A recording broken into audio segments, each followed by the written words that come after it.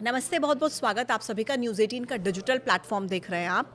आपके साथ मैं हूं पूजा सचदेवा। लगातार ईरान और इजराइल युद्ध को लेकर आपको हर अपडेट हम पहुंचा रहे हैं। हर एक पल का, मिनट का अपडेट आपको दे रहे हैं कि वहां पर चल क्या रहा है, क्योंकि स्थिति अभी भी बेकाबू होती हुई नजर आ रही है। लगातार हमलों का सिलसिला जारी है। अभी ताज़ा सिचुएशन क्या है और ख़ास तौर पर आगे जाकर इन फ्यूचर इसका क्या इम्पैक्ट होने वाला है, भारत पर इसका क्या असर हो सकता है, आज इन सब मुद्दों पर चर्चा करेंगे। मेरे साथ मेरे वरिष्ठ सहयोगी अंकुर त्यागी जी इस वक्त मौजूद है। अंकुर जी, बहुत स्वागत आज के इस पॉडकास्ट में। सबसे पहले आज की स्थिति, आज की सिचुएशन क्या है? जिस तरीके से हम देख रहे हैं कि लड़ाई लगातार जारी है, एस्केलेट भी किया जा रहा है फुल फ्लेज्ड, तो किस तरीके से देखें आज की सिचुएशन को? देखिए पूजा, इसमें दो तीन चीज़ों को समझने की ज़रूरत है। पहली बात तो ये है कि कल संडे था, तो कल ऐसा लगा कि शायद ईरान के पास उतने हथियार नहीं बचे हैं कि वो इजराइल पर या जो गल्फ़ कंट्रीज़ पे जो वो अटैक कर रहा है वो कर पाएगा।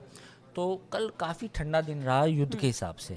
लेकिन आज अगर आप सुबह से देखें तो ईरान ने सऊदी अरब, ओमान, बहरीन और इज़राइल, ये तमाम ऐसी जगह हैं जहां पर उसने अपनी मिसाइलें छोड़ी हैं। तो मुझे लगता है कि ईरान इस युद्ध को लंबा भी खींचना चाहता है। इस बार शायद एक प्लान नज़र आ रहा है ईरान का कि उसके पास एक बड़ा प्लान है जवाब देने का, क्योंकि खामनेई जो ईरान के सर्वोच्च नेता थे, उनकी मौत के बाद ऐसा लग रहा था शायद ईरान बिखर सा गया है। लेकिन ईरान को शायद मालूम था कि उनके जो नेता हैं उनको निशाना बनाया जाएगा, उन पर अटैक किए भी जाएंगे।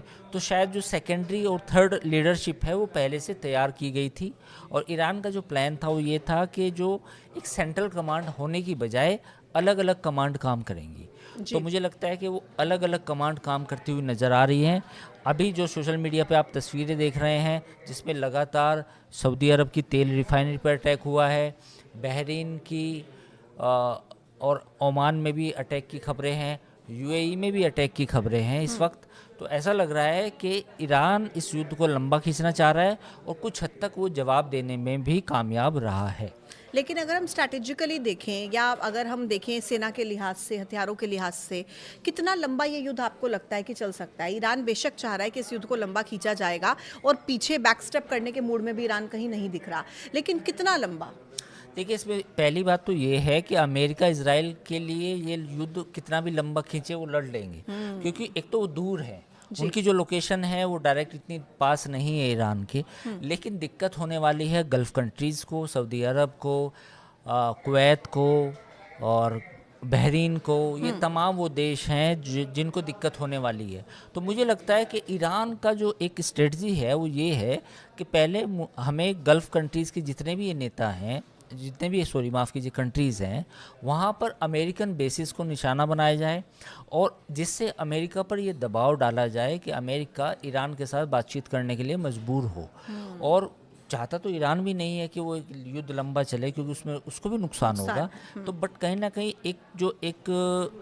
ये जो अमेरिकन बेसिस हैं गल्फ़ में, तो उनको हमेशा टारगेट करेगा। तो इस बार जो उसकी ईरान की जो रणनीति है वो ये है कि सऊदी अरब, यूएई, ओमान, बहरीन, कुवैत, इनकी इकोनॉमी को टारगेट किया जाए। क्योंकि जैसे आपको मालूम होगा कि जो फारस की खाड़ी है, gulf of Hormuz, state of Hormuz, तो उसको बंद कर दिया गया है। उसको बंद करने का मतलब ये है कि जो दुनिया का 20% जो तेल वहाँ से जाता है, ख़ासतौर पर यूएई से जाता है, उस पर पूरी तरह से एक तरह से नाकाबंदी हो गई है। तो ऐसी स्थिति में आज आपने देखा भी होगा कि क्रूड के दामों में करीब करीब 14% की तेज़ी आई है। तो कहाँ क्रूड 70 पे था, तो अगर यही हालात रहे और एक हफ्ता भी लड़ाई चली तो क्रूड के दाम करीब कम से कम $100 से $120 प्रति बैरल चले जाएंगे। तो ऐसी स्थिति में ईरान ऐसी स्थिति पैदा करना चाहता है। उसको मालूम है कि उसके पास उतने ज़्यादा हथियार नहीं है, एयरफोर्स उतनी कामयाब नहीं है। तो ऐसे में इन कंट्रीज़ को निशाना बनाया जाए, माकूल जवाब दिया जाए, ताकि अमेरिका और इजराइल पर दबाव बनाया जा सके। जी, लेकिन अंकुर जी, एक चीज़ यहाँ पर बहुत ज़्यादा चिंताजनक है, क्योंकि देखिए जब भी युद्ध होता है, जैसा आपने कहा कि हर नुकसान तो होता ही है कि कोई भी देश हो उसको नुकसान होता है। मिडिल ईस्ट के अलावा दुनिया के बाकी देशों पर इसका कैसा असर होगा, एक पॉइंट ये। और एक ये अभी बिल्कुल अभी अभी की ब्रेकिंग न्यूज़ है कि ओमान में टैंकर पर हमले में एक भारतीय की जान चली गई है। देखिए, पहले तो आप ये समझिए कि जो भी ये लड़ाई है पूरी दुनिया इससे अलहदा नहीं है। उसकी वजह क्या है? देखिए, ईरान से जो तेल है वो चीन खरीदता है, भारत पहले खरीदता था, अब हमने बंद कर दिया था सैंक्शंस के बाद। और जो स्टेट ऑफ हॉर्मूज है वो पूरी दुनिया में तेल सप्लाई करती है, और इंडिया भी तेल आता है वहाँ से, कुछ कुछ मतलब कुछ परसेंटेज हम भी खरीदते हैं। तो ऐसे में आप ये मान के चलें कि जो तेल की सप्लाई है वो बंद होगी। चीन दुनिया की एक तरह से सबसे बड़ी मैन्युफैक्चरिंग इकोनॉमी है, अगर उसको तेल की सप्लाई बंद होगी तो भले चाहे इंडिया के पास, चीन के पास रिजर्व हो, लेकिन वो रिजर्व जो स्ट्रेटेजिक रिजर्व होते हैं वो करीब 21 दिन के लिए होते हैं, 20 दिन के लिए होते हैं, मैक्सिमम 35 से 40 दिनों के लिए होते हैं। तो इससे ज़्यादा तो कोई भी इकोनॉमी सर्वाइव भी नहीं कर पाएगी। तो पहला इसका पॉइंट तो ये है कि पूरी दुनिया में तेल की कीमतें बढ़ेंगी। तेल की कीमतें बढ़ने से जो कंट्रीज़ हैं उनको महंगा भी तेल खरीदना पड़ेगा, और फिर उसमें क्या है कि उनकी लागत बढ़ जाएगी बहुत सारी चीज़ों की। ट्रांसपोर्टेशन तो केवल एक हिस्सा है, पेट्रोलियम प्रोडक्ट बहुत सारे होते हैं जो बनते हैं, केमिकल प्रोडक्ट बहुत सारे होते हैं जो तेल से बनते हैं। तो ये तमाम चीज़ें महंगी हो जाएंगी। तो दुनिया में ऑलरेडी एक टैरिफ वॉर चल रहा था, जिसके बाद दुनिया में काफ़ी उथल पुथल मची थी। ऐसी स्थिति में जब तेल के दाम भी बढ़ेंगे तो कहीं ना कहीं इकोनॉमिकल इम्पैक्ट आएगा। तो यही बात है कि भले ये लड़ाई मिडिल ईस्ट की हो, इसका चीन से कोई मतलब ना हो, भारत से कोई मतलब ना हो, but it is going to impact China, India and other countries also. तो ये चीज़ हमें मान के चलनी पड़ेगी कि देखिए ये युद्ध लंबा चलेगा तो उसका नुकसान सबको होगा। बिल्कुल। अब चीन का क्योंकि हम जिक्र कर रहे हैं, तो चीन और रूस की भूमिका को लेकर आप क्या दर्शकों को समझाएंगे कि इस युद्ध में खास तौर पर हमने रूस को तो देखा भी है कि रूस की तरफ से तो सीधे तौर पर कहीं ना कहीं वो साथ देने की बात भी है, इस अमेरिका और इजराइल की इस कार्रवाई को गलत भी बताया गया, लेकिन चीन साफ तौर पर कभी सामने आकर नहीं बोलता है, खुलकर नहीं बोलता है। तो इसमें किस तरीके से नहीं, देखते ऐसा हैं नहीं है उनकी पूजा। ये हम सबको लग रहा है, मैं ये नहीं कहूँगा, हम सब यही चर्चा कर रहे हैं कि यार जब लड़ाई हो रही है तो चीन क्यों नहीं है। देखिए, चाइना की हमेशा एक स्ट्रेटजी रही है कि वो सामने कभी भी लड़ाई नहीं लड़ता। बिल्कुल। अभी आपने देखा आज सुबह जब वो F-16 प्लेन के गिरने के शॉट्स आए, विजुअल आए, फिर जो ईरान है उसने जो ओमान में और सऊदी अरब में जो रिफाइनरीज हैं उनको टारगेट किया। तो ये सारा सपोर्ट ईरान को कथित तौर पर चीन और रूस से ही मिल रहा है। और आपको एक बात और मैं बताना चाहूँगा कि एयर डिफेंस सिस्टम की बात है जो इस बार आपको देखने को मिल रहा है, जो इस बार की जो लड़ाई है इसलिए डिफरेंट है क्योंकि ईरान का एयर डिफेंस सिस्टम काम कर रहा है।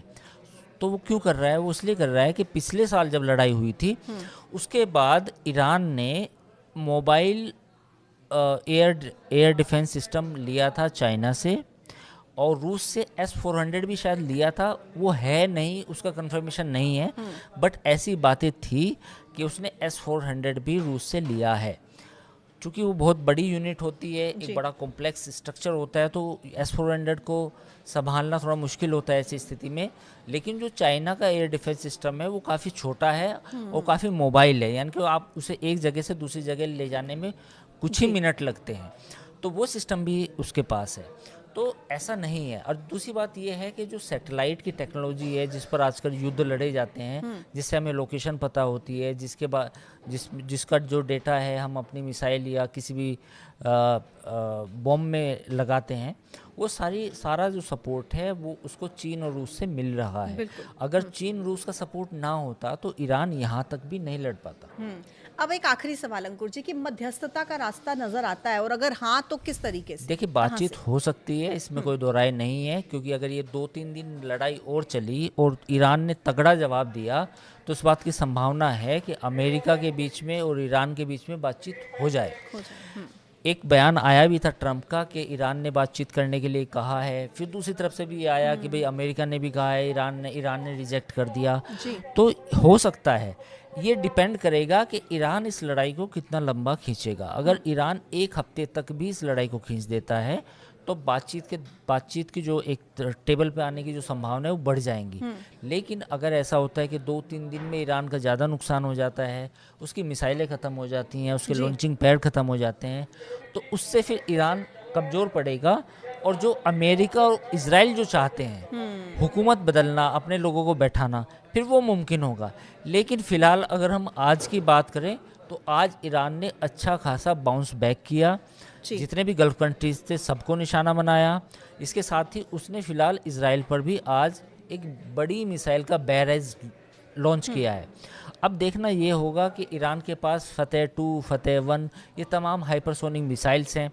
अगर ये मिसाइल्स अमेरिका और इसराइल के थाड़ या पेट्रोल सिस्टम को बाईपास करते हुए चली जाती हैं जी। और नुकसान करती है, तो उसका नुकसान अमेरिका, इजराइल और उनके सहयोगी देशों को भी काफ़ी बड़ी मात्रा में उठाना पड़ेगा। बिल्कुल। तो अब कुल मिलाकर ये देखना होगा कि कितने दिनों तक इस लड़ाई को और खींचा जाता है, या फिर ईरान जो बार बार एक ही बात का दावा कर रहा है कि हम तो पीछे नहीं हटेंगे, झुकेंगे नहीं, जारी रहेगी, क्या आगे आने वाले दिनों में होता है, क्योंकि असर तो जाहिर तौर पर इसका मिडिल ईस्ट के साथ साथ दुनिया के हर एक देश पर होना तय है। आज के इस पॉडकास्ट में इतना ही। अंकुर जी, आपका बहुत बहुत शुक्रिया।